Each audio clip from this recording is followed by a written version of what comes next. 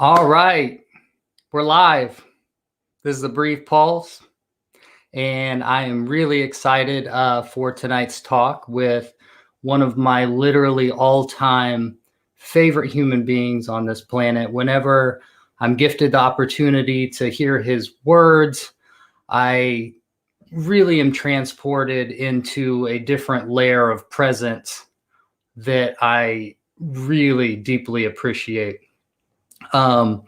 Tonight's Pulse title, Mystic Poets and Finding Peace in the Pandemic.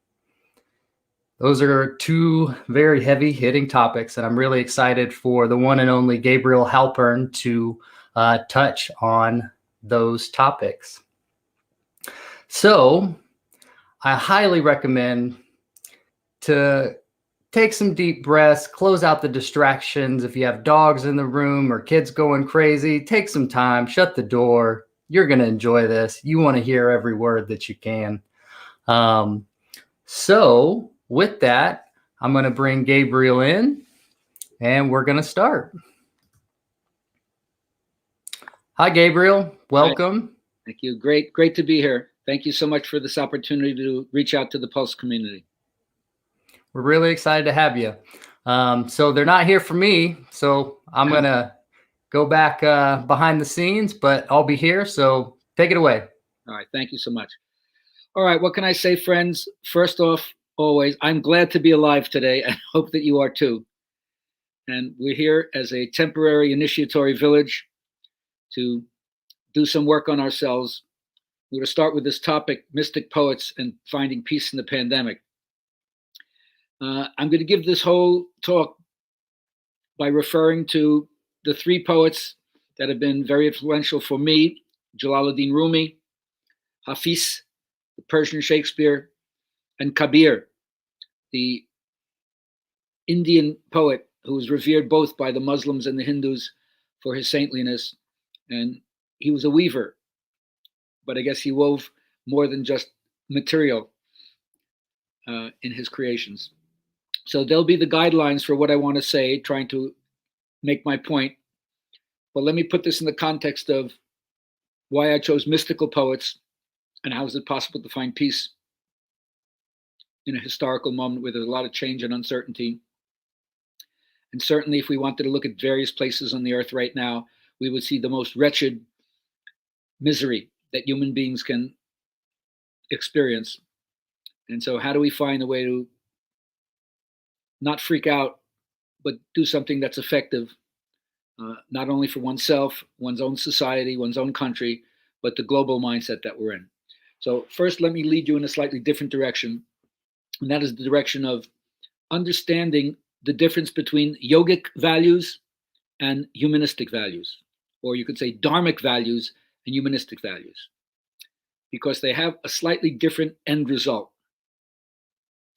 And the human values are connected in a certain way to what I call progressive utopianism, that we're getting better all the time, and we've eliminated a lot of disease. We still have wars, but much less than there used to be, even though the amount of destruction that we're creating on the planet and the kind of weapons that we have are the most heinous and monstrous that we've ever had.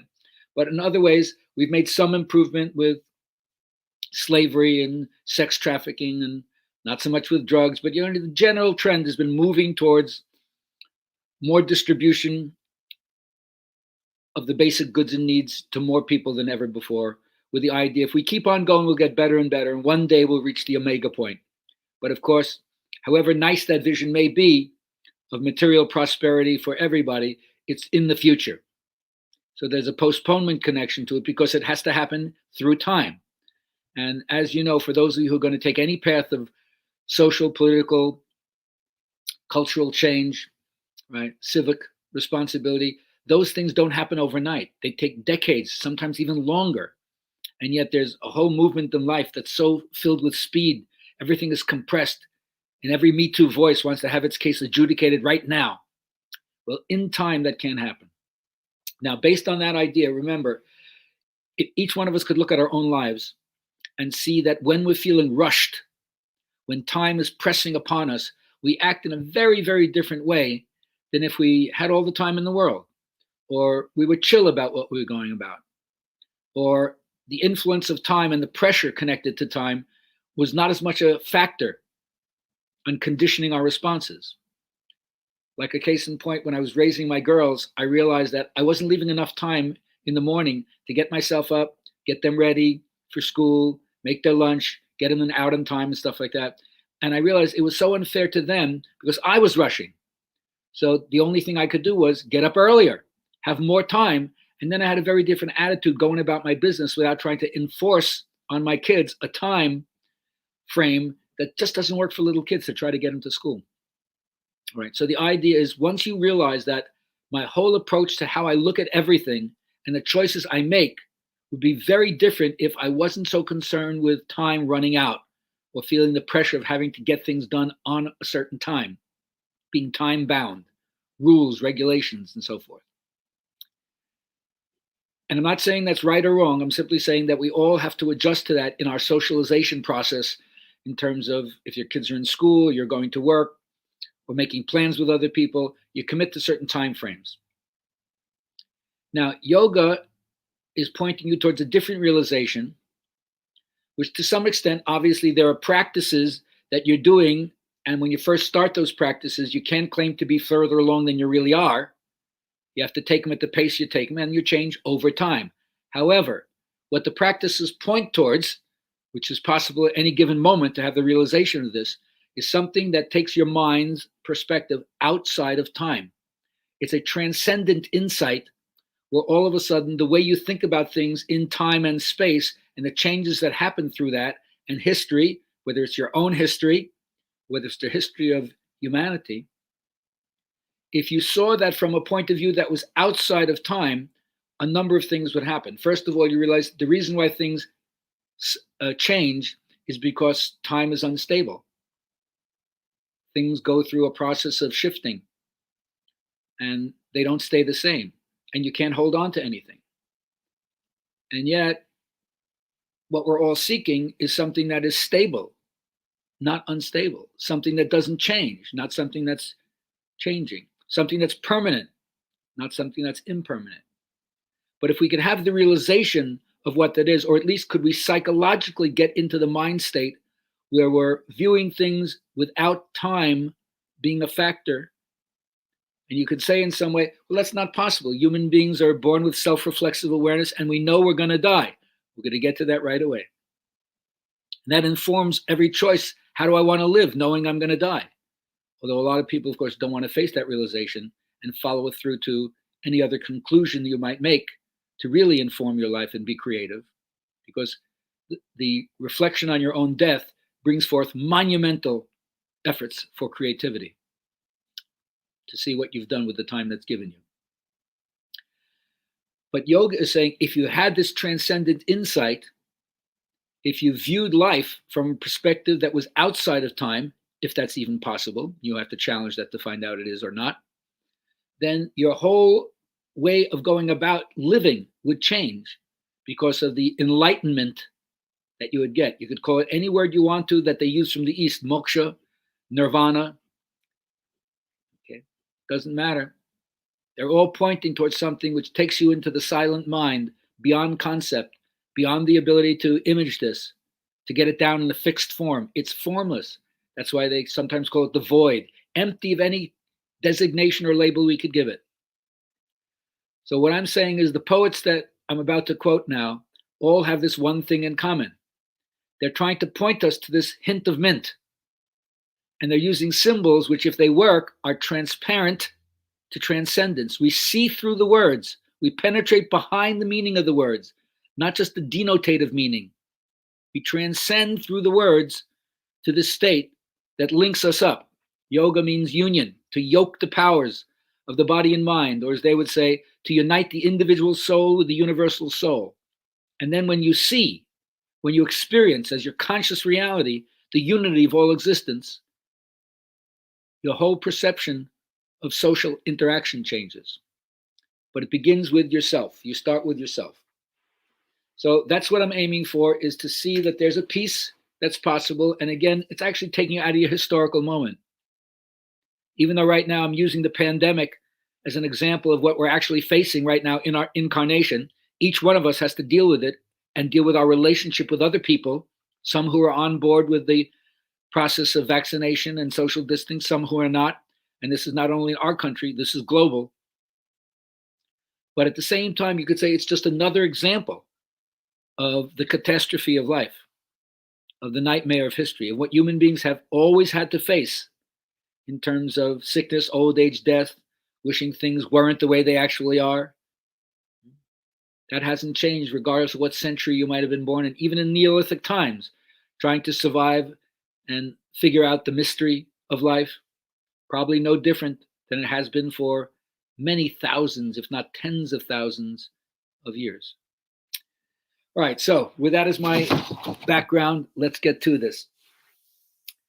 The first thing I want to get across to everybody is the meditation on your own mortality. This is called the clay bowl's destiny by Hafiz. The ship you're riding on, look where it's headed. Your body's port is the graveyard. Realizing the destiny of each clay bowl tossed into the sky with no one to catch it, I finally accepted the beloved's kind offer to enroll in his ball-busting school of spirit love. The ship you're riding on, look where it's headed. Your body's port is the graveyard. Realizing the destiny of each clay bowl tossed into the sky with no one to catch it, I finally accepted the beloved's kind offer to enroll in his ball-busting school of spirit love. So this is the first awakening. Once you realize you're going to die, are you going to get on the spiritual path, come out of the closet, and realize my whole life is to try to understand my relationship to the Supreme Spirit, to the great other? How does this connect me to the all? Now, the next thing is whether you have a religious background and believe in an afterlife or not, the metaphor is still really good when you understand the importance of your karma, the cause and effects of your life, the lawful relationship you have between what you've laid down and how it comes back, either to bite you in the ass or to give you auspicious and beautiful circumstances. This is called On Resurrection Day, also by Rumi. On Resurrection Day, your body testifies against you. Your hand says, I stole money. Your lips, I spoke meanness. Your feet, I went where I ought not. Your genitals, me too. Their testimony will make your praying sound hypocritical. Let your body's doings speak openly now, without your saying a word. As a student walking behind the teacher says, this one knows more clearly than I the way. On Resurrection Day, your body testifies against you. Your hand will say, I stole. Your lips will say, I spoke meanness. Your feet, I went where I ought not. Your genitals, me too. Their testimony will make your praying sound hypocritical. Let your body's doings speak openly now, without your saying a word. As a student walking behind a teacher says, this one knows more clearly than I the way. So when you realize that whether or not you're going to pay for this or be benefited by your actions post-mortem, the real issue is watch what you do. How do you act? By their fruits you shall know them, said JC. What you do in the world, right? Your body doesn't lie.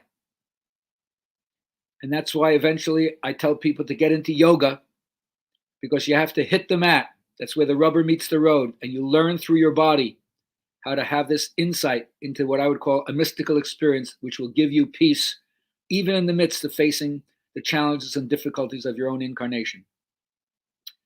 So that means it's time to find somebody to work with. Here's another one by Kabir called The Time Before Death. So now we're on fire for this, and we realize maybe I got to be following somebody, at least having an idealizing model to transfer some of my energy to so I can see what it's like. Friend, hope for the guest while you're alive. It's an old Sufi term for when you've befriended divinity. Friend, hope for the guest while alive. Jump into experience while you're alive. Think and think while you're alive. What you call salvation belongs to the time before death. If you don't break your ropes while you're alive, you think ghosts will do it for you after? The idea that the soul will join with the ecstatic when the body is all rotten, that's fantasy. What's found now is found then. If you find nothing now, you'll simply end up with an apartment in the city of death. If you make love with the divine now, in the next life, you wear the face of satisfied desire. So plunge into the truth. Find out who the teacher is. Believe in the great sound. Kabir says this, when the guest is being searched for, it is the intensity of the longing for the guest that does all the work. Look at me, and you'll see a slave of that intensity. Friend, hope for the guest while you're alive. Jump into experience while you're alive. Think and think again while you're alive. What you call salvation belongs to the time before death.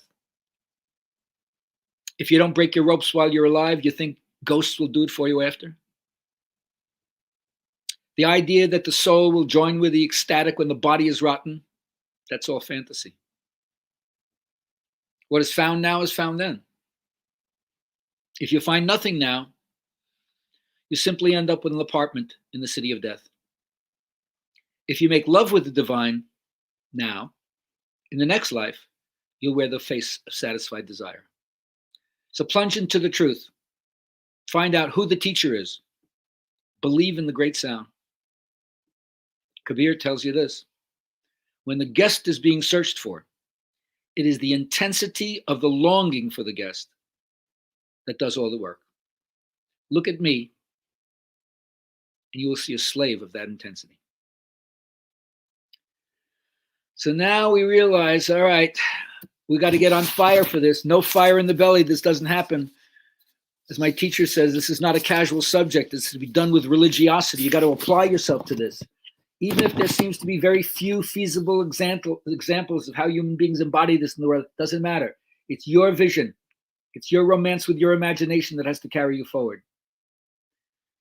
And when you're willing to take the teaching, then you're willing to say, send me someone. If you're Spanish, enséñame. Madre Maria, enséñame. Teach me. Show me. All right? Rumi says about the core of masculinity, about this.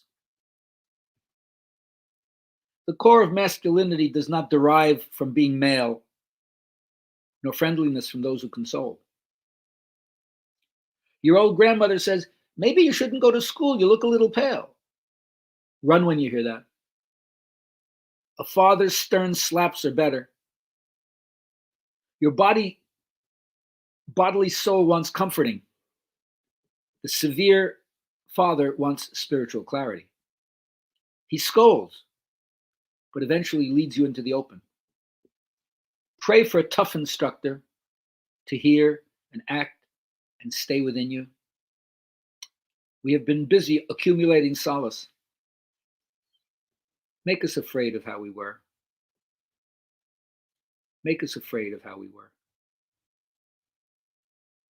The core of masculinity does not derive from being male, nor friendliness from those who console. Your old grandmother says, maybe you shouldn't go to school. You look a little pale. Run when you hear that. A father's stern slaps are better. Your bodily soul wants comforting. The severe father wants spiritual clarity. He scolds, but eventually leads you into the open. Pray for a tough instructor to hear and act and stay within you. We have been busy accumulating solace. Make us afraid of how we were. Make us afraid of how we were. So when the guru comes into your life, you start to become as fearless and independent as the guru themselves. and you realize you can't go back to the old way. Try it. Yeah. Stop living spiritually. See, go back to how you were. Can't be done. First of all, there is no back there to go to. It's all here anyway. So you start to let go of the idea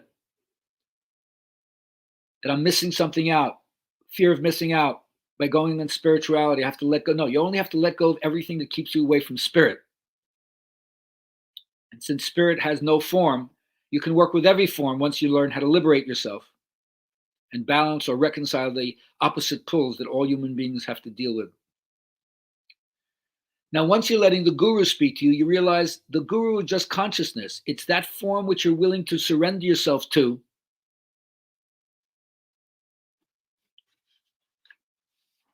But it also implies that you're already willing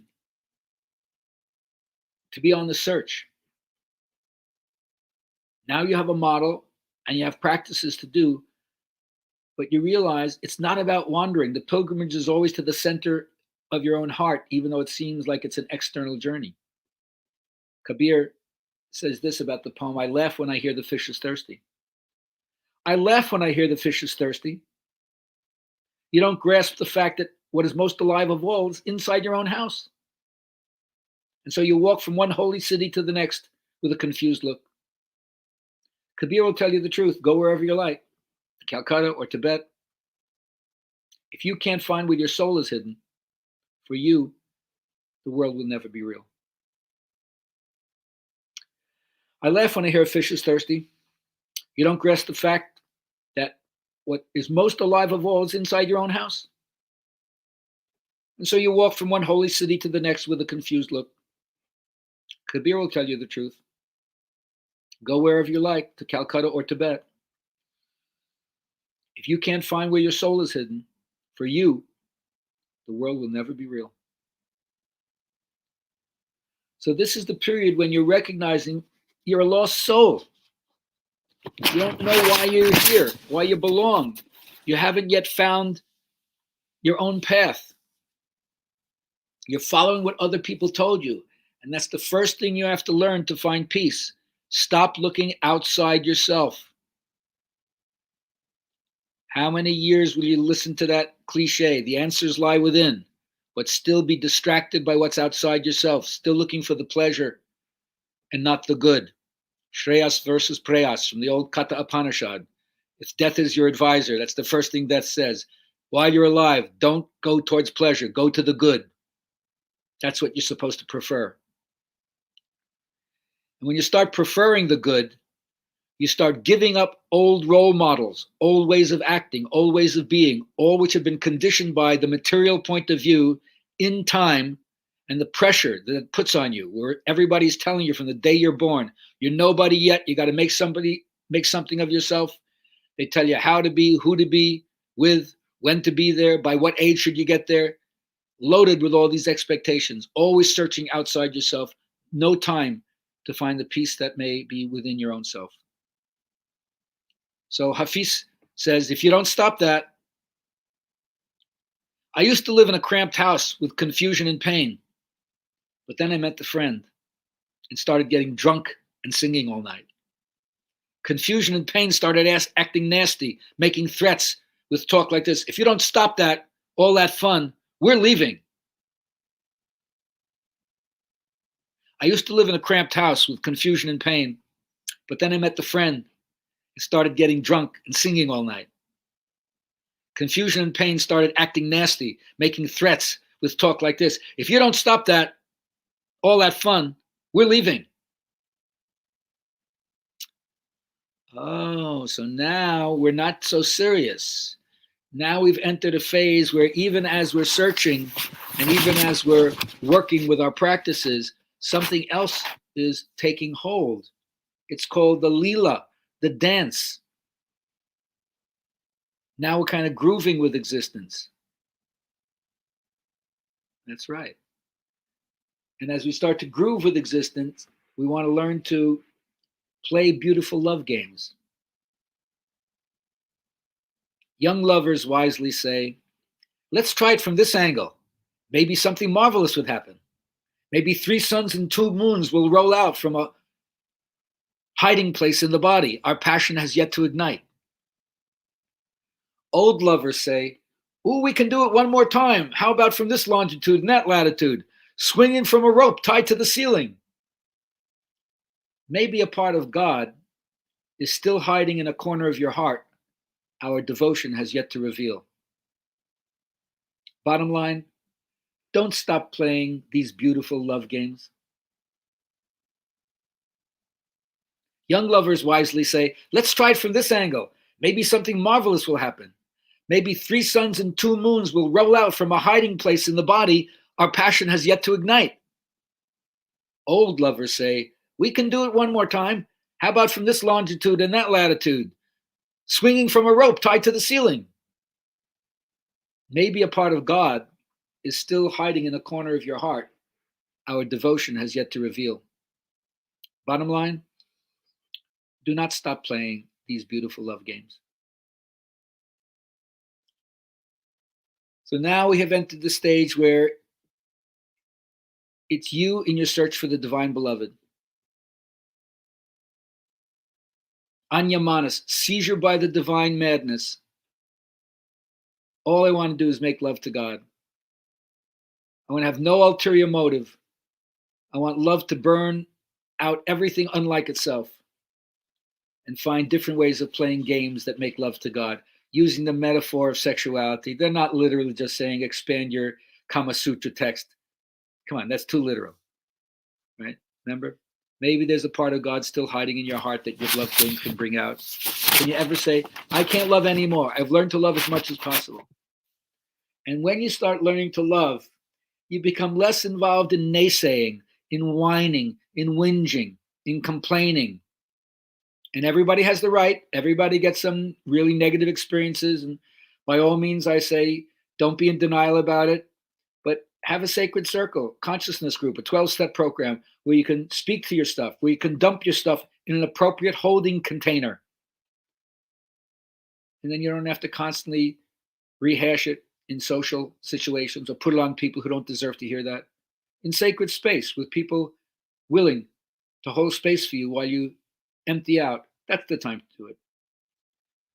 But you have to understand you're only doing that because in that moment you're choosing to acknowledge something about your own private, subjective, personal gripe.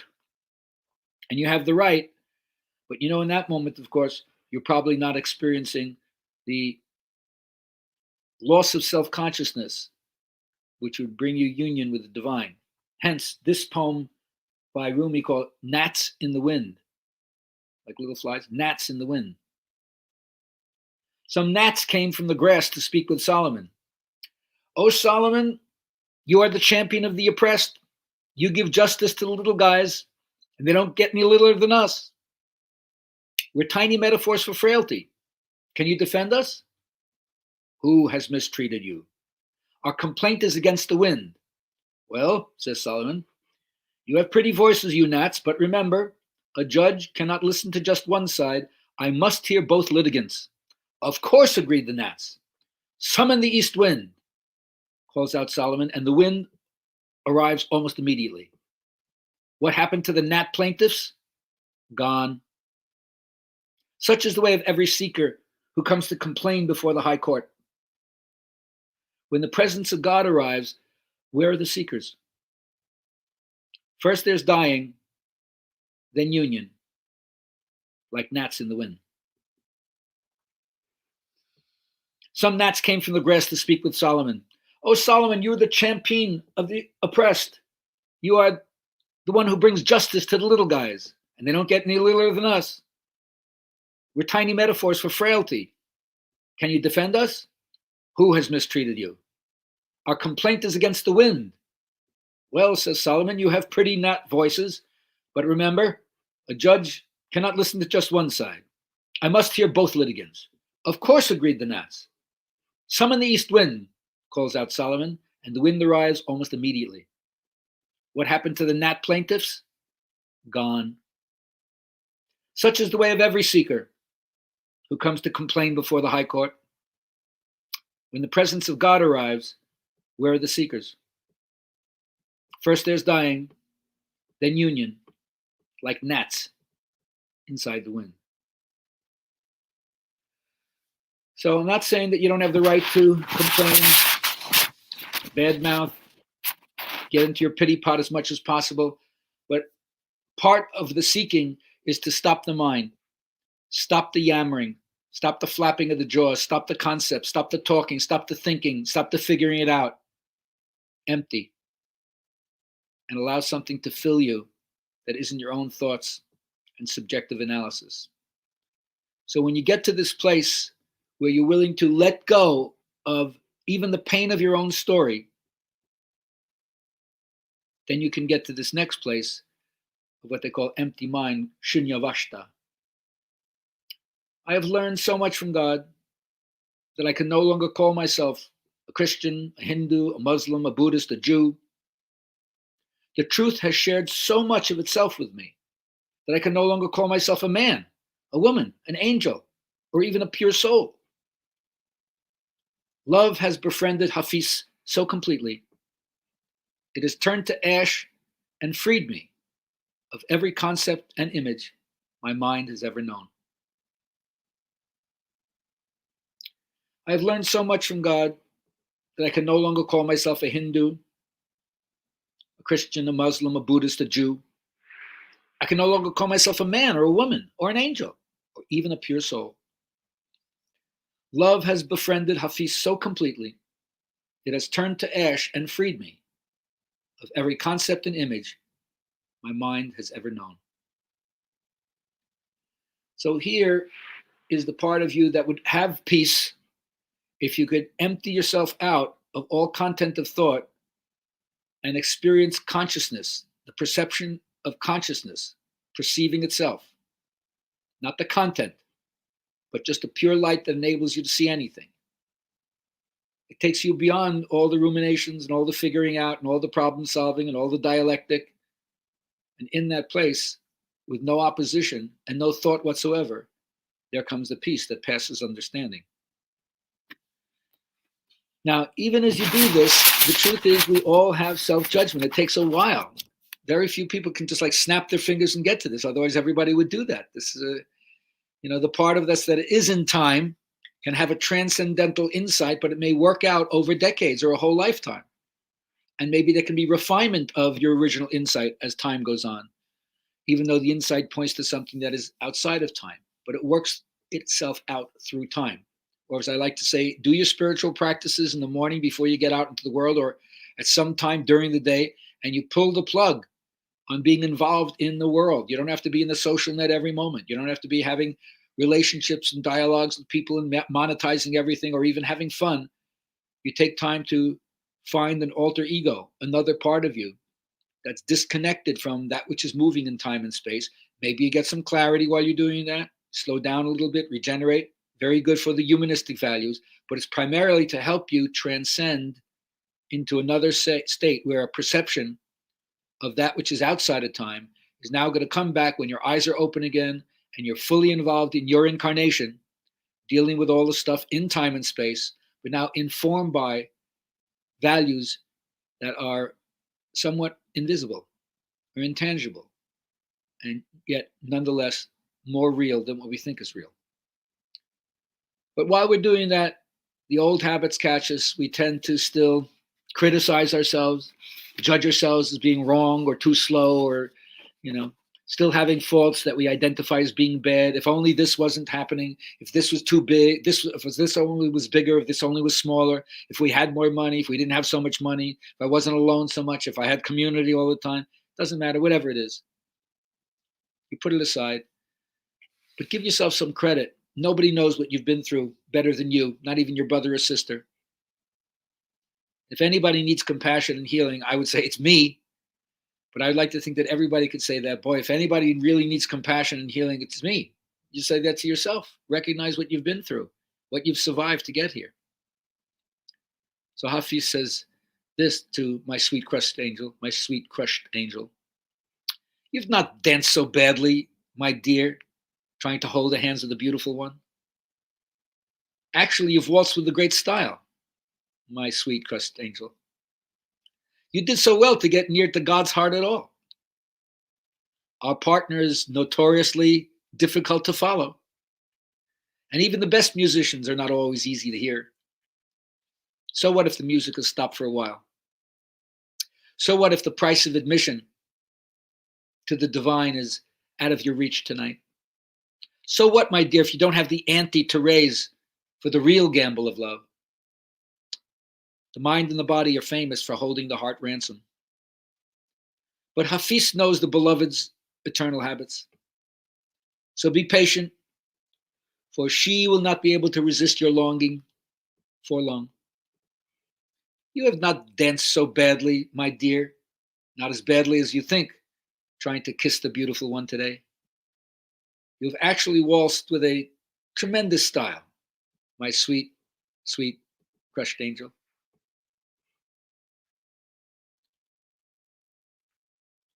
Give yourself some credit. As I used to tell my students, fail joyfully. Get up and do it again. You've not danced so badly, my dear, trying to hold hands with a beautiful one. Actually, you've waltzed with a great style, my sweet, crushed angel. You did so well to get near God's heart at all. And even the best musicians are not always easy to hear.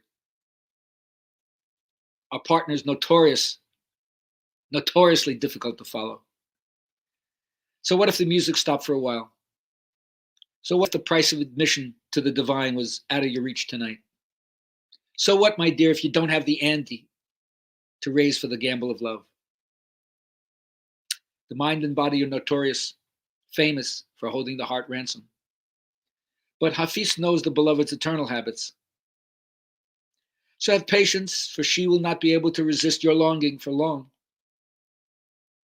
You've not danced badly, my dear, not as badly as you think, trying to kiss the beautiful one today. You've actually waltzed with a tremendous style, my sweet, sweet crushed angel. So if you're really following your svadharma, your path of optimum unfolding, as it says in the Gita, do your own path however humble and another's however great. No outer work can be great if the inner work is small. No outer work can be small if the inner work is great. So when you work on yourself this way, you bring back a blessing, a gift, a contribution to the world. Right? Your peace, your happiness is not something you get from the world. It's something you give to the world as a result of your connection to the transcendent spiritual, which is within yourself, and then can be reflected throughout life. Now, what's interesting is that although we do this in some way to improve our relationship at the human level, to make our life better with all our connections, because to be means to be related. And even if you're working on yourself, the people in your own life may be in a very different spiritual place than you are, may react differently, think differently, feel differently, and so forth. And yet you are intimately bound with them in a certain kind of contractual relationships that you just can't slam the door and walk out on. And yet a lot of people think that you practice spirituality as an escape route. But freedom doesn't mean leaving the material plane to find some isolated existence in the subtler dimensions, or being just such a space cadet in the spiritual world that you're completely grounded and flapping in the breeze on the material plane. So it's interesting to look at the seductions of spirit and not get caught by that, just as you don't get caught by the seductions of the material plane. Here's another one by Kabir. Says, friend, please tell me what I can do. Friend, please tell me what I can do about the world I hold to and keep spinning out. I gave up sewn clothes and wore a robe, but one day I noticed the cloth was well woven. So I bought some burlap, but I still throw it elegantly over my left shoulder. I pulled back my sexual longings. Now I discover I'm angry a lot. I gave up rage, and now I notice that I'm greedy all day. I worked hard at dissolving the greed, and now I'm proud of myself. When the mind wants to break its link with the world, it still holds on to one thing. Kabir says, listen, my friend, there are very few that find the path. Friend, please tell me what I can do about the world I hold to and keep spinning out. I gave up sewn clothes and wore a robe, but I noticed one day the cloth was well woven. So I bought some burlap, but I still throw it elegantly over my left shoulder. I pulled back my sexual longings. Now I'm angry a lot. I gave up rage. Now I notice I'm greedy all day. I worked hard at dissolving the greed. Now I'm proud of myself. When the mind wants to break its link with the world, it still holds on to one thing. Kabir says, listen, my friend, there are very few that find the path. So spirituality is not supposed to be another kind of accumulation of techniques and concepts and jargon and one-upmanship. You've reached a higher state of consciousness than other people who you judge are not as evolved as you are. The arrogance, the condescension you walk around with. But the whole idea is that if you're trying to get away from this world, you're still attached to not being here. Or you're still attached to being somewhere else in a different spiritual realm, higher realm, better realm, cleaner realm, closer realm, purer realm, holier realm. That's why they say, quit this world, quit the next world, quit quitting. The ultimate non-attachment, they call it the path with no railings. You do your spiritual practices to hit the transcendent, but you don't live in the transcendent. As long as you have a body, you're also incarnate in time, but you use those experiences to come back and inform the choices you make while you're in the body, while you're hurtling towards your own mortality. What are you going to do with the time that's been given to you? And so once you realize, okay, I'm not going to hold on, I'm going to allow anything to come down the pike that comes down, it's all part of grist for the mill of my spiritual awakening, then you understand how to open your heart to the guest house. This being human is a guest house, every morning a new arrival. A joy, a depression, a meanness. Some momentary awareness comes as an unexpected visitor. Welcome and entertain them all. Even if they're a crowd of sorrows who violently sweep your house empty of its furniture, still treat each guest honorably. They may be clearing you out for some new delight. The dark thought, the malice, the shame, meet them at the door laughing and invite them in. Be grateful for whoever comes, because each has been sent as a guide from beyond. This being human is a guest house, each morning a new arrival, a joy, a depression, a meanness. Some momentary awareness comes as an unexpected visitor. Welcome and entertain them all. Even if they're a crowd of sorrows who violently sweep your house empty of its furniture, still treat each guest honorably. They may be clearing you out for some new delight. The dark thought, the shame, the malice, meet them at the door laughing. Invite them in. Be grateful for whoever comes, because each has been sent as a guide from beyond. Emotions are divine influxes. They teach you about the inner weather. And since every emotion has a way to come to closure, if you learn how to both adequately access and appropriately express your emotions, then you'll never see any emotion as negative, but only as information, which will give you a choice of how you want to act as a way of resolving it or bringing it to a neutral position in your life. So when you understand that, that is bhakti yoga. You work with your emotions. But this path is an action-oriented path. It isn't just a contemplative path. And so it's important for you to understand how to work in the invisible. The prophets have wondered to themselves, how long should we keep pounding this cold iron? How long do we have to whisper into an empty cage? Every motion of created beings comes from the Creator. The first soul pushes and your second soul responds, beginning, so don't stay timid. Load the ship and set out. No one knows for certain whether the vessel will sink or reach harbor. Cautious people say, I'll do nothing until I can be sure. Merchants know better. If you do nothing, you lose. Don't be one of those merchants who won't risk the ocean. This is much more important than losing or making money. This is your connection to God. You must set fire to have light.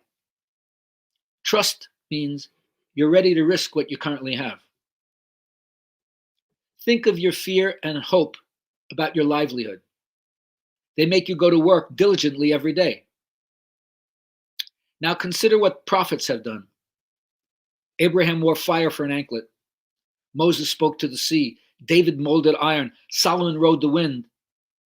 Work in the invisible as hard as you do in the visible. Be a companion with the prophets, even though no one here will know that you are, not even the helpers.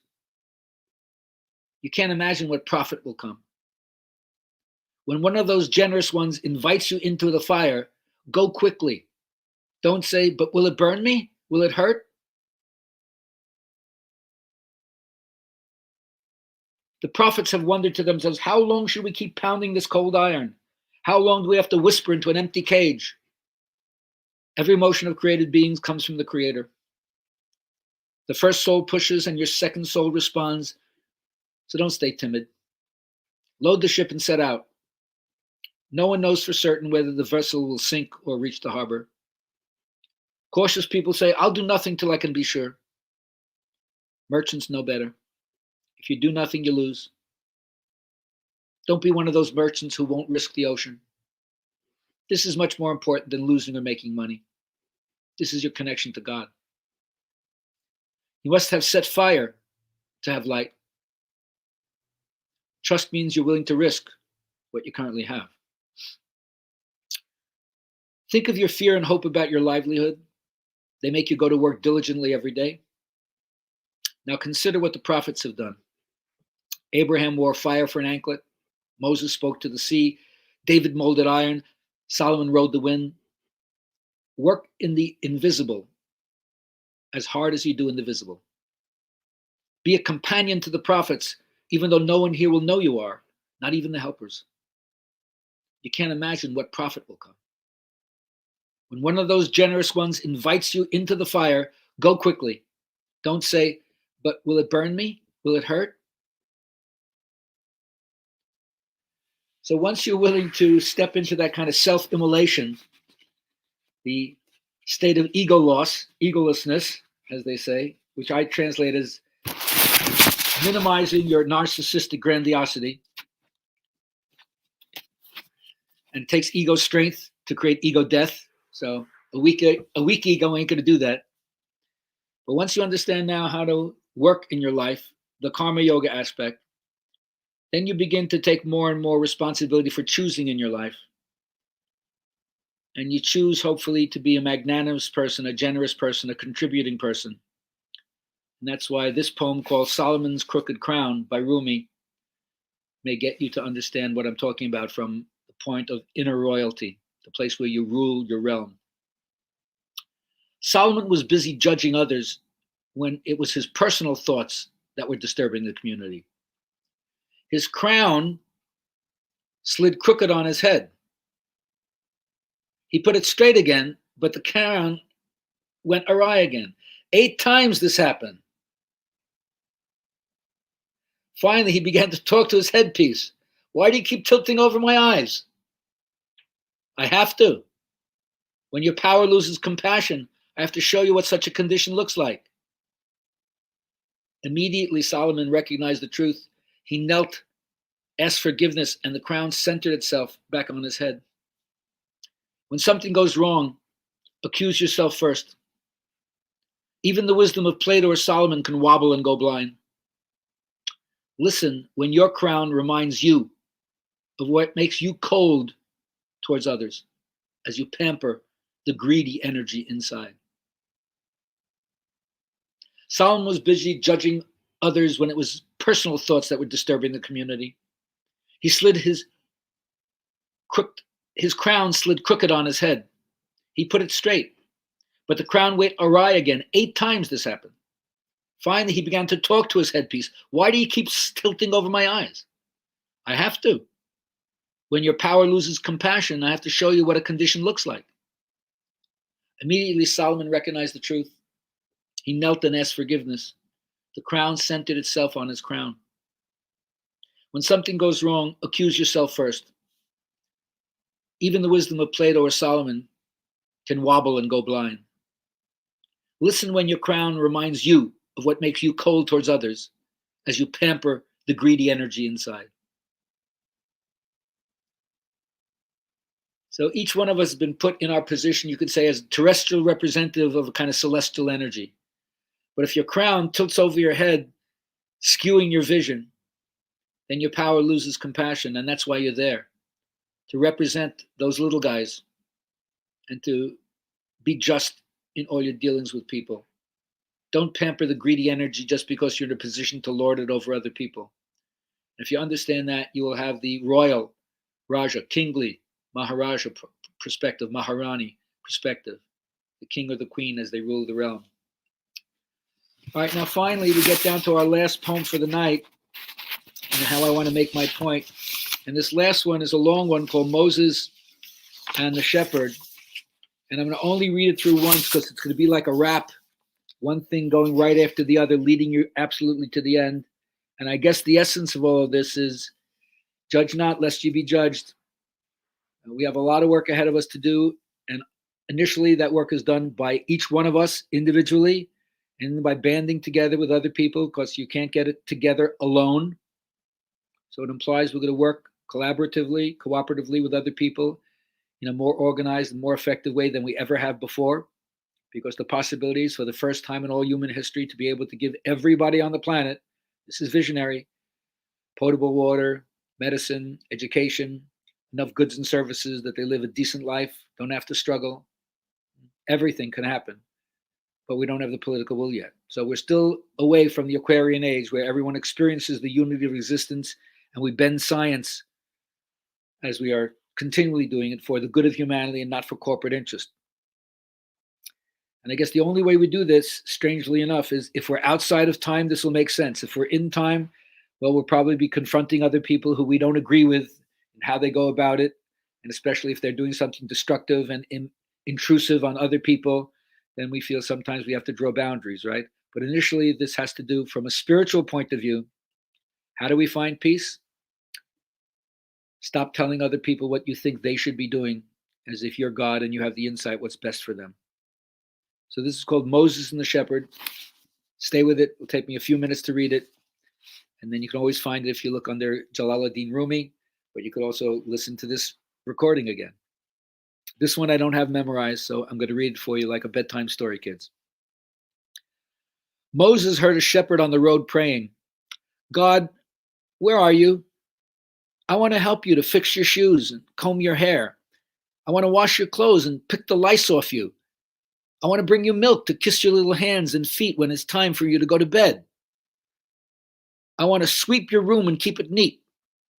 God, my sheep and my goats are yours. All I can say remembering you is Moses could stand it no longer. Who are you talking to? The one who made us and made the earth and made the sky?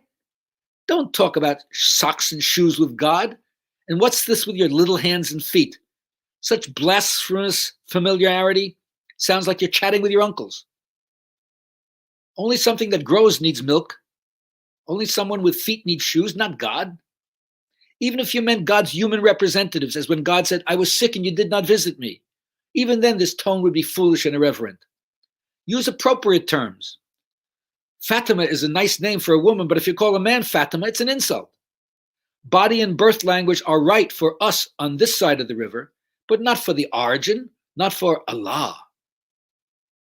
The shepherd repented and tore his clothes and sighed and wandered into the desert. A sudden revelation came then to Moses, God's voice. You have separated me from one of my own. Did you come as a prophet to unite or to sever? I have given each being a separate and unique way of seeing and knowing and saying that knowledge. What seems wrong to you is right for him. What is poison to one is honey to someone else. Purity and impurity, sloth and diligence in worship, these mean nothing to me. I am apart from all that. Ways of worshiping are not to be ranked as better or worse than one another. Hindus do Hindu things. The Dravidian Muslims in India do what they do. It's all praise, and it's all right. It's not me that's glorified in the acts of worship. It's the worshipers. I don't hear the words they say. I look at the humility. That broken, open lowliness is the reality, not the language.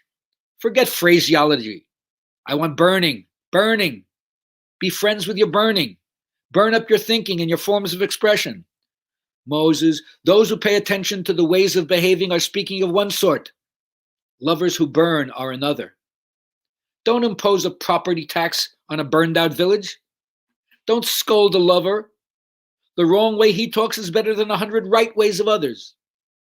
Inside the Kaaba, it doesn't matter which direction you point your prayer rug. The ocean diver doesn't need snowshoes. The love religion has no code or conduct. Only God. So the ruby has nothing engraved on it. It doesn't need markings. God began speaking deeper mysteries to Moses, vision and words which cannot be recorded here, poured into and through him. He left himself and came back. He went to eternity and came back here. Many times this happened. It's foolish of me to try to say this. If I did, it would uproot our human intelligences. It would shatter the writing pens.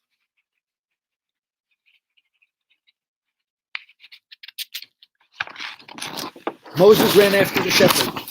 He followed the bewildered footprints in one place, straight like a castle, across a chessboard, in another, sideways like a bishop, now surging like a wave cresting, now sliding down like a fish, always his feet making geomancy symbols in the sand, recording his wandering state. Moses finally caught up with him. I was wrong. God has revealed to me there is no rules for worship. Say whatever and however your loving tells you. Your sweet blasphemy is the truest devotion. Through a whole world is freed. Through you, a whole world is freed.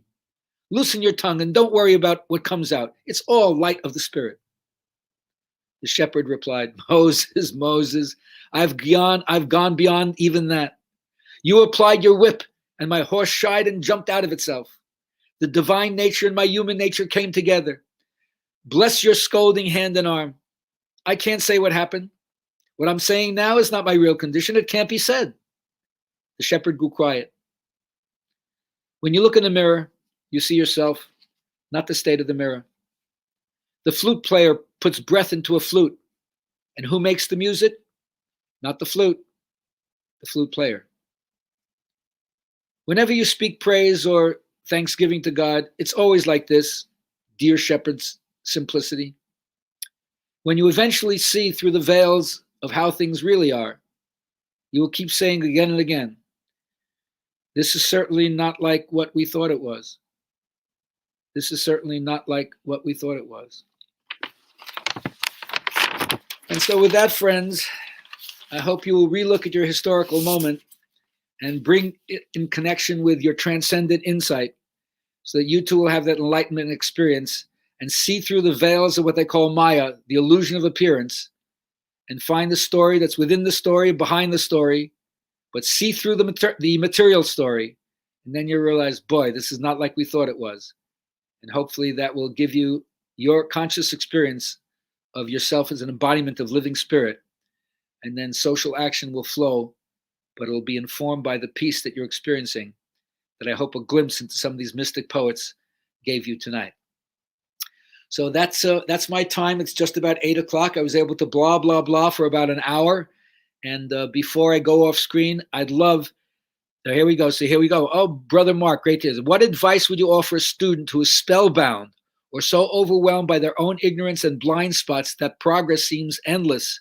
Asking for a friend. Sure.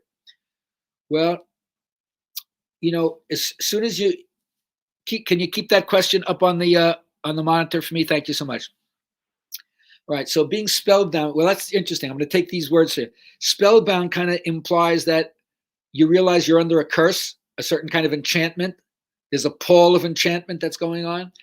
Now, you could say each person is conditioned by a different spell, and how do you break the spell? Well, I'm talking about the spell of materiality, that somehow the values that are fueling your life, your search engine in life, is based on getting these things that corporate capitalism and consumer capitalism fattens you up to enjoy, right? Accumulate this stuff. So first I would pull the plug on, why are those the values that are enticing you? The best things in life aren't things. So turning to a spiritual understanding, I think in one way, breaks the stranglehold of being spellbound by the world outside yourself and what it tells you you should be doing, rather than finding your way to create what's called unbending intent. You have to bend the society, bend the monolithic system, learn to work the game in your own favor.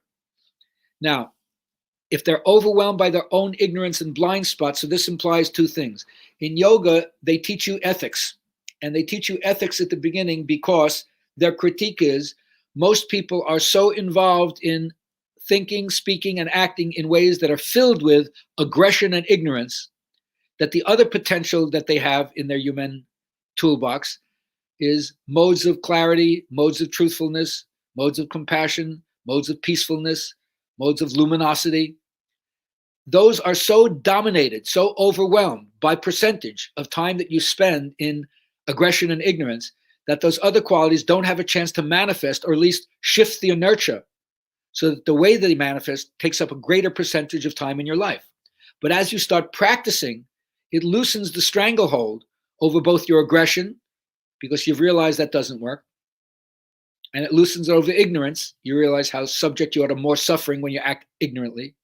So all of a sudden now there's a new thing happening in your life, a new good karma snowball. You create what's called auspicious circumstances in your life by changing the way you interact with other people. Now, blind spots, listen, everybody has defense mechanisms that they don't want to see. Every one of us would like to protect ourselves from having insights that make us seem less. I mean, we all carry around enough unworthy feelings as it is. Do we want to even go even more into that? Well, of course, the answer is, strangely enough, yes, because that's what breaks the habit pattern of not looking at these things, and therefore still being a victim of your own vice. So you don't want to be blind. Think of it this way. If you were trying to improve in a sport, you would want a coach who would tell you what you're not doing well, not because they're trying to rip you apart or pull you down or lower your esteem. They're trying to improve your performance. They're committed to seeing you be more effective and better than you currently are. But there are certain things that's blind, you can't see it. You know, if I can remember this old metaphor, the Johari window. There's only one way you can really learn about yourself, you see, because there's things that's called public knowledge. Everybody knows this about you. So you're not learning anything because you know this, and so do other people.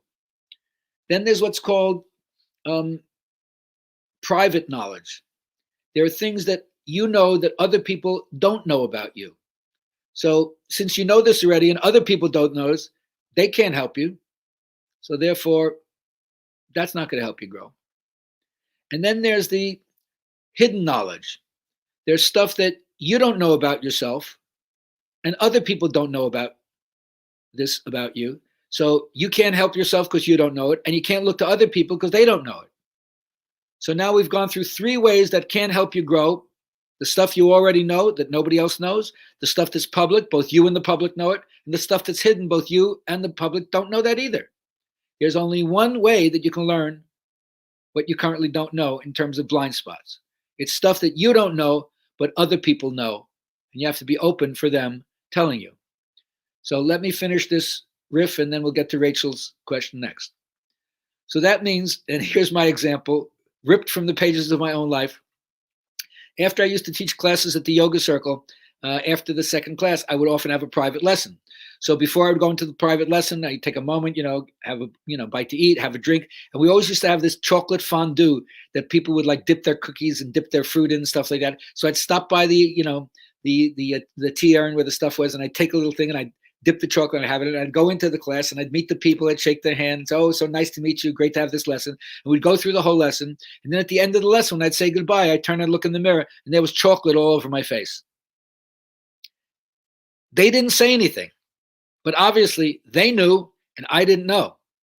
That would have been a place where I could have gotten more knowledge of myself from a blind spot as an example of stuff that I don't know, but other people know it. So that's what I would suggest is you want to get rid of your blind spots, do some kind of practice where someone can feed back to you how you're doing the form and make you aware of things you don't know.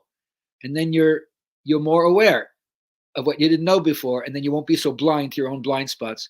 And then that just becomes a metaphor to being open to being told what you didn't know about yourself and how that would enrich you. All right, so that's my comment for Mark. Good question. Rachel, can we have that question once again? All right. Aggression and ignorance are a big part of the zeitgeist right now. Yes.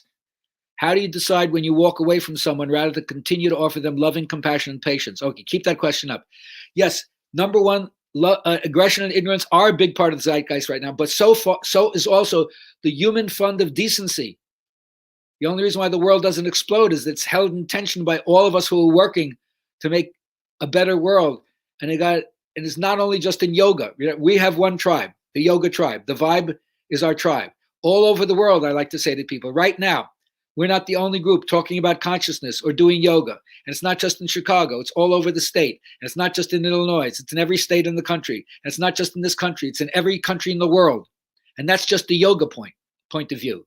But if you thought about all the people who are trying to make an effort to improve themselves with any kind of body work, with massage, with chiropractic, with naturopathy, with physical training, with sports, any kind of movement discipline, any kind of kinesthetic discipline gets people in the body, any kind of outdoor thing, people who are running, snowboarding, jogging, biking, mountain climbing, whatever it is, understand, all wonderful things. All of those are people who are looking forward to a healthier life.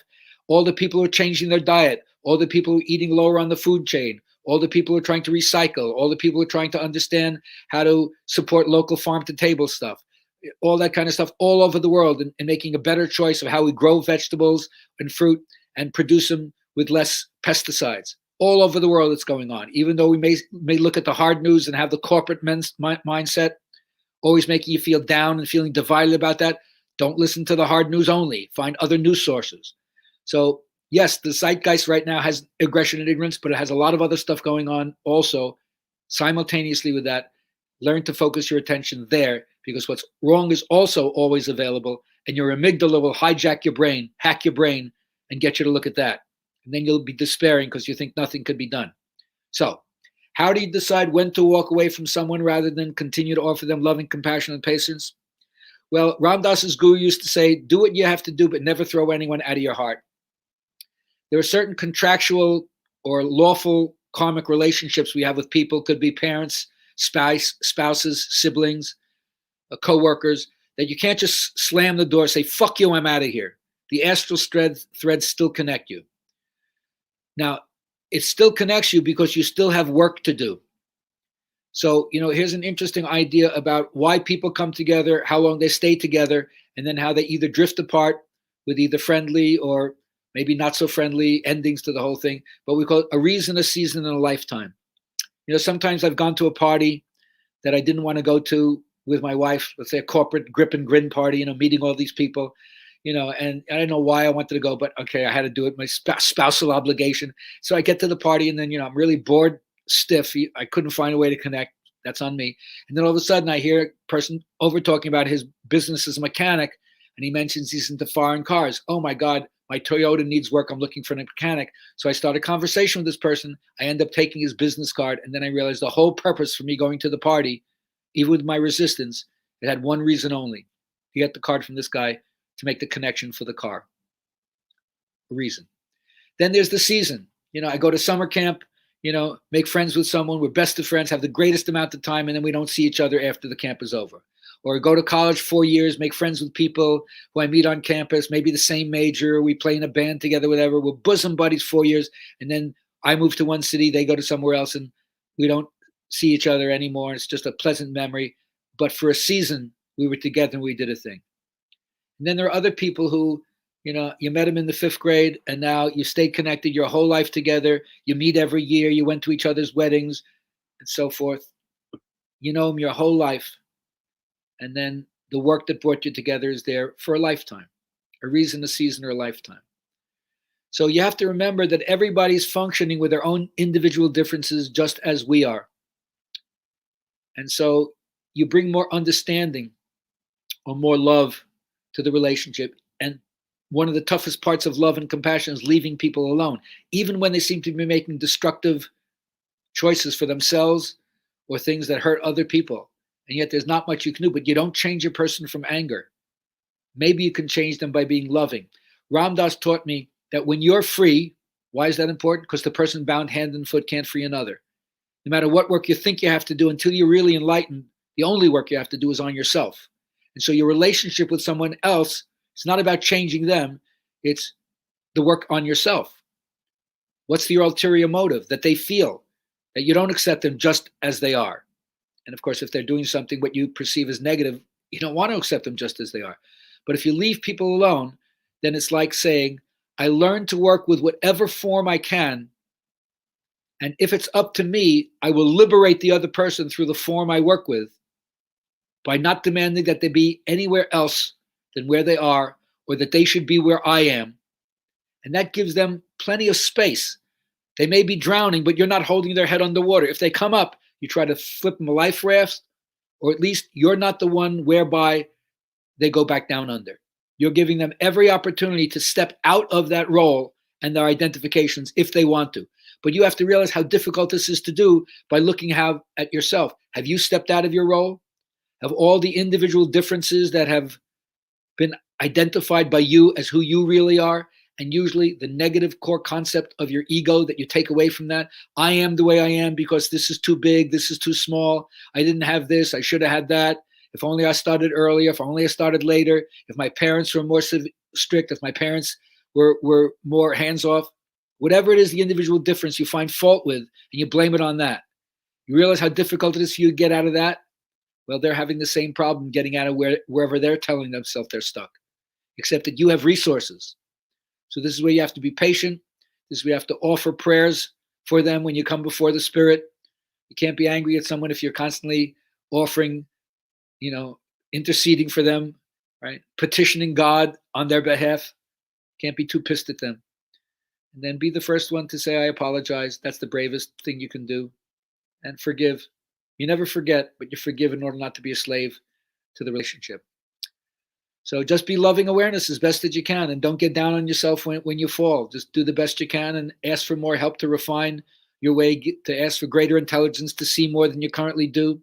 And then keep surrendering the fruits. Offer everything you do, whether it works or it doesn't work.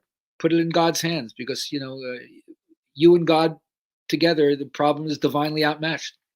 So always ask Spirit for help. I hope that helps, Rachel. Hi, Pedro. Thank you so much for the loving heart. Back at you. Davis, good. Pinching my cheeks 3 times. Thanks a lot for listening in, man. Ron Doremus, thank you. Powerful. Good. Step into your power. The same power. So don't forget, friends, GabrielHalpern.com is my website. I have a ton of free affirmations. I think people don't know how to speak positively anymore. Learn how to talk to yourself. Give yourself your own hypnotic trance by suggesting some powerful things you can say to yourself. So go there if you want to. And then also go to my YouTube station. I have a ton of videos. I'm just about to finish 300 pranayama videos. I cannot stress this enough. It was what I wanted to contribute to the community during the pandemic. This was a respiratory illness. Get your breathing together. Keep breathing your whole life. It's so important for your nervous system and also to help you empty your mind. So on my YouTube station, I have other kinds of recordings, comedy, shtick, Dharma talks, PowerPoint presentations, all for free. I don't got to monetize any of this. So feel free to go there. And I hope that you're all able to get something from it. And I'd like to come back here maybe in another month and check in with the community and see where we are. So I appreciate the opportunity to share this all with you. So unless I hear another comment coming up on the screen, it's time to say goodnight and move on to everybody. Wow, Gabriel, thank you so much for sharing your insights and wisdom tonight. I'd like to end with one question from me to you, and then maybe we can end. But I'd like you to riff off of these couple foundational points. I was on your website earlier today, listening to one of your Dharma raps that you have, and there was a line that struck me, and it said, "Don't worry, there's always confusion before your awakening." Yeah.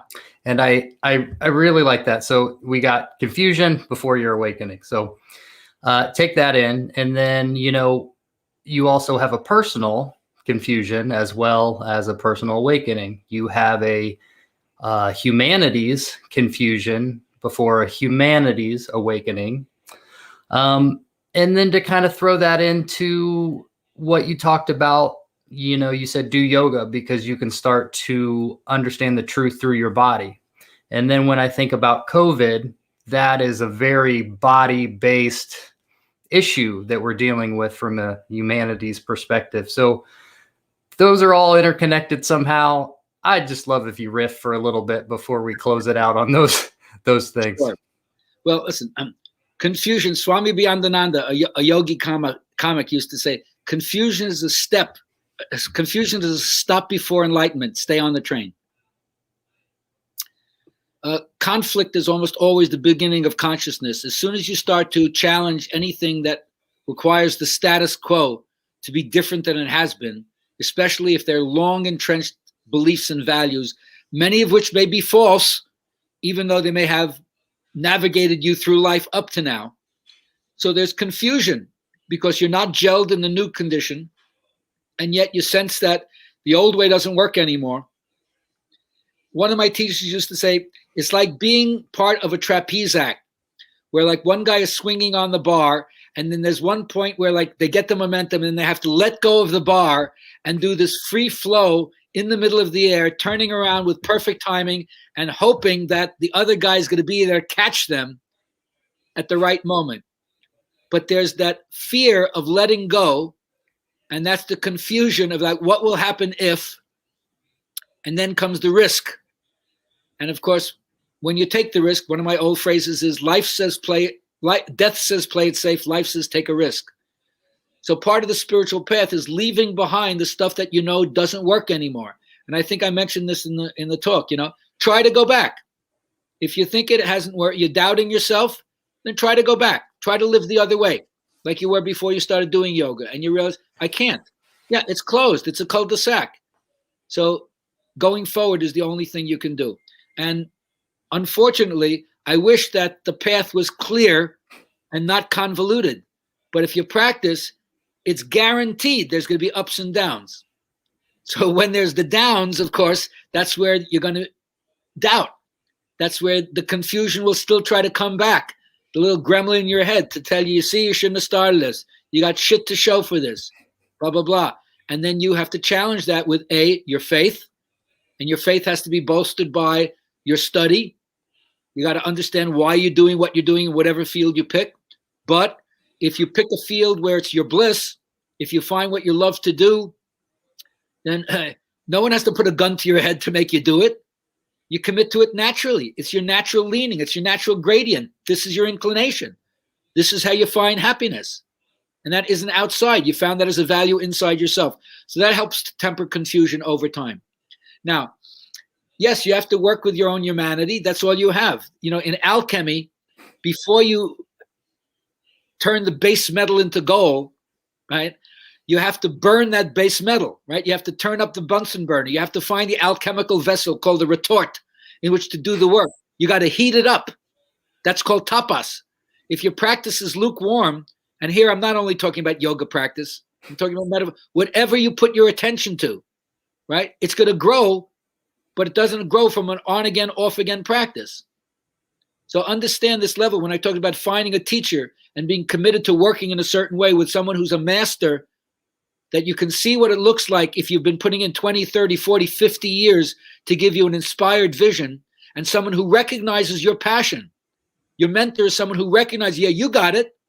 Yeah, just because you're starting in a different place than I am doesn't matter. I see your passion. It's the same as mine. Go for it, guy. Oh, that emboldens you, empowers you to want to keep up on the path. But there's going to be ups and downs. And that's why I tell my students, fail joyfully, number one. It ain't going to happen right away. And then failure leads to determination. Pick yourself up.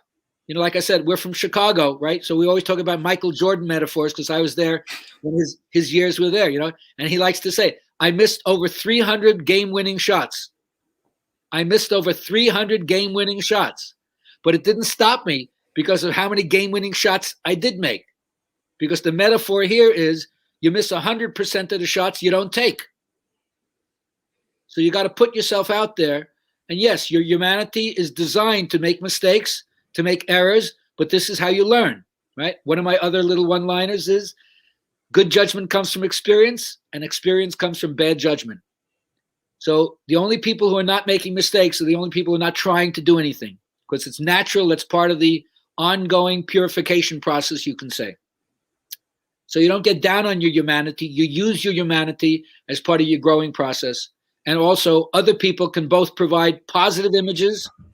They're poster childs for how to do it the right way. And they also sometimes could be in your life to say, that is definitely not how I want to be. They're showing you the example of how not to do it. So you learn both from the good and the bad examples if your eyes are open. Then your guru is everywhere. It isn't just located in another human being or some ideology. And then the final thing you said is, my master's thesis was called Somatic Education, the Roots of Awareness. If you understood how a human being learns, in the first couple of years when it's completely nonverbal and pre-verbal, everything is learned through body knowing, right? The kid touches, tastes, smells, sees, hears everything, and it's all processing below the level of consciousness. Then something gets added to that. But what you really learn is my body teaches me everything. If I follow my instincts, I can hardly ever go wrong. And so yoga, and this is the other thing of how I'm going to take it as a metaphor. I'm using yoga, but you got to take this out of the yoga metaphor, right? We're talking about enlightenment, or we're talking about a metaphysical speculation. I don't know if it's true. I haven't experienced exactly what they're saying in the books. I've had glimpses, but to say, do I really know that? No, I'm still cooking. I'm not completely cooked. And maybe what I'm after is, again, the romance with my imagination. I don't know anybody who's there. So I can't point to how it looks when you're done, because I don't know what that looks like. But it doesn't matter, because it's inspiring me like a magnet pulling iron filings together. The story of enlightenment, the idea of touching a transcendent potential in the human consciousness that can affect tremendously how my actual life is in practical terms. And again, because I've studied this, the annals of spirituality, not just religion, but men and women who are non-denominational, but who see this. They can't tell you what it is. They only can tell you that it is. And they all have different ways of expression depending on their culture and historical and geographical moment in time. So I would rather listen to their story. That resonates with me much more than what CNN or Fox or alternate radio is saying. No, I'd rather go to that story. I want to put my ladder up that wall and climb that wall. And if I do that, it teaches me that although I'm looking for a metaphysical speculation, I'm trying to abstract something from my life experience, but I can't really talk about that because I don't really have an experience of that. I only have an inkling, a glimmer. But what I can talk about is hit the mat. Let me see how you do your pose. Now, using alignment as the acid test for whether or not the pose is not only aesthetically beautiful, but free from injury, I can tell, because I've trained myself, where your body is off. And then I can give you feedback. I can talk about the truth of your experience, and you can experience it with feedback from me to get an upgrade. Oh, now I'm aware. Oh, I see. I wasn't doing this before. Oh, that feels much better. It looks much better. It feels much better. Now that cramp in my neck is gone. Now we build a body of direct experience based on what you can talk about from your mat work. But then you abstract stuff from the mat to take off the mat into your daily life. Principles of how to live that seem to be based on the form you're working with on the mat, but they're not. They're consciousness principles. They have nothing to do with your gender. They just have to do with your insight. And so now you start living your life with this interweaving of what do I learn about myself? How do I keep discovering how I was ignorant in the dark about things in my own anatomy that my teacher points out for me, and now I work on those things myself. I not only go to class, I work on it myself. And as that improves, I get more insight. And of course, in this path, you can go from like poses that grandma can do with her arthritis sitting down in the rocking chair to like, all right, we're going to teach this Cirque du Soleil performer how to do the most advanced pretzel pose that a human being can get. But it's all in service of spiritual insight. So that's how I'm saying you can use your body, and then you get sensitive to your body. So your diet will change, your sleeping habits will change. Maybe the kind of clothes you even put on your body will change, right? The way you design your environment, to move in your environment to make it more peaceful and filled with the things that you want to see in terms of interactions between yourself and other people. You might redesign your business, because that's the real social capital, building trust between yourself and other people. So that's all body stuff.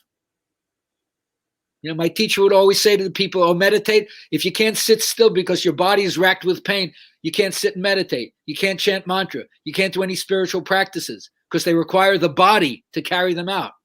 So if you see the temple as the body is the temple, then you don't denigrate the value of it. It becomes the house through which spirit is temporarily embodied. I hope that helps. Totally cleared it all up. Yeah, that's it. Just ask me to riff. I don't even need notes. That's perfect. All right, Gabriel. Well, thanks so much. That ends tonight's Brief Pulse. Definitely check more out with Gabriel at GabrielHalpern.com. Until next time, my friends, I'll see you. And I'll end with a few words that I wrote down from tonight. Ego strength is needed to beat ego death. Did I get that right? I said, yeah. Ego strength precedes ego death. You can't have an ego death from ego weakness, only from ego strength. Got it. Take care, bro. All Say right. hello to Rachel for me. Bye-bye. Sounds good. Night, guys.